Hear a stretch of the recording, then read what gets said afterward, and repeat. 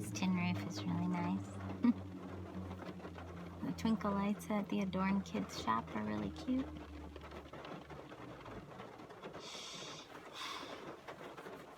Just gotta hold on to some good feelings. I just saw that my favorite little bakery and pretzel shop has signs up all over it, including for rent. And there are signs saying baker's wife is closing. I know, you've been living in peacetime when you start seeing how easy it would be for things to fall apart. You know you've been living in a world that is privileged beyond any of our wildest understanding, truly.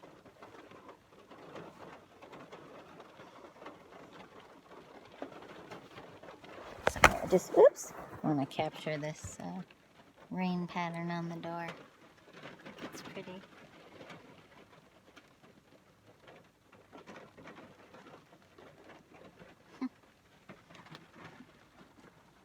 Looks like waves. Well, I loved you, baker's wife. This is tough. Not somebody's business. No, they have another business a few miles from here. It's the bigger store. So it just says on there, from what I can read, that you can still get their delicious baked goods at the other place. So, this was their smaller, quaint little store in my town, and sometimes I went to the other one anyway, but it's still just, that's someone's dream, that's someone's livelihood, that's people's jobs. I don't know how all the people, if in 2 stores, are there enough jobs now for everybody? I don't know.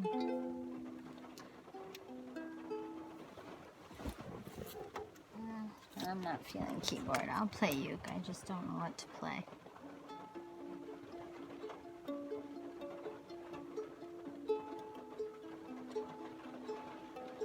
It's like a banana peel on the dash. It's pretty gross, Jess. My eyes have been itchy. It's freaking me out a little bit. Just a little.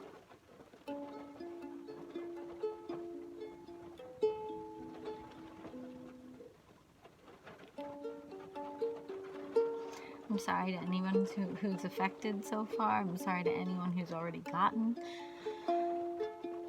this virus.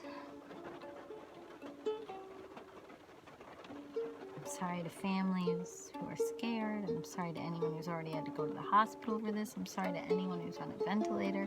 But see, if I start going down this path, then I'm sorry to anyone who's ever had cancer. And I'm sorry for anyone who's ever had an injury that's involved going to the hospital for any reason, including myself, like my gallbladder. And I'm sorry for the nurses and the doctors who had to work so hard to put me on morphine because I didn't know how to care for myself and to eat right. I'm sorry for anyone who had to care for my problems when I didn't know how to care for myself. And I was living with somebody who was abusive and taking in all the stress of that, screaming at me every other night. And I could have gotten out, except I didn't have the strength to know how to get out of that. So instead, I'm abusing my body by, overeating or yo-yo dieting or taking weird supplements to try to, cleanse myself and going back and forth with different food. I don't even know. And then finally, during some really bad times with that person, going back to some old eating habits that I knew didn't serve me, and within a few months of that, having gallbladder attacks.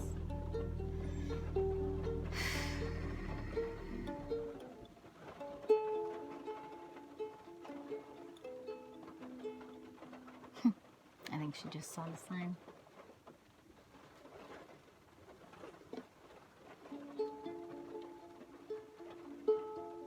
So there are people out there who are caring for you because you don't know how to care for yourself.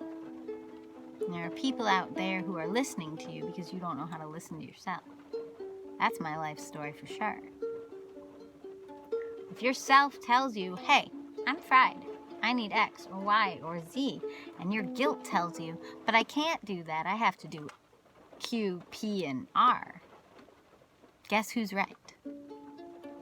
Some people would say your guilt, because it might not be guilt, maybe it's your sense of duty or your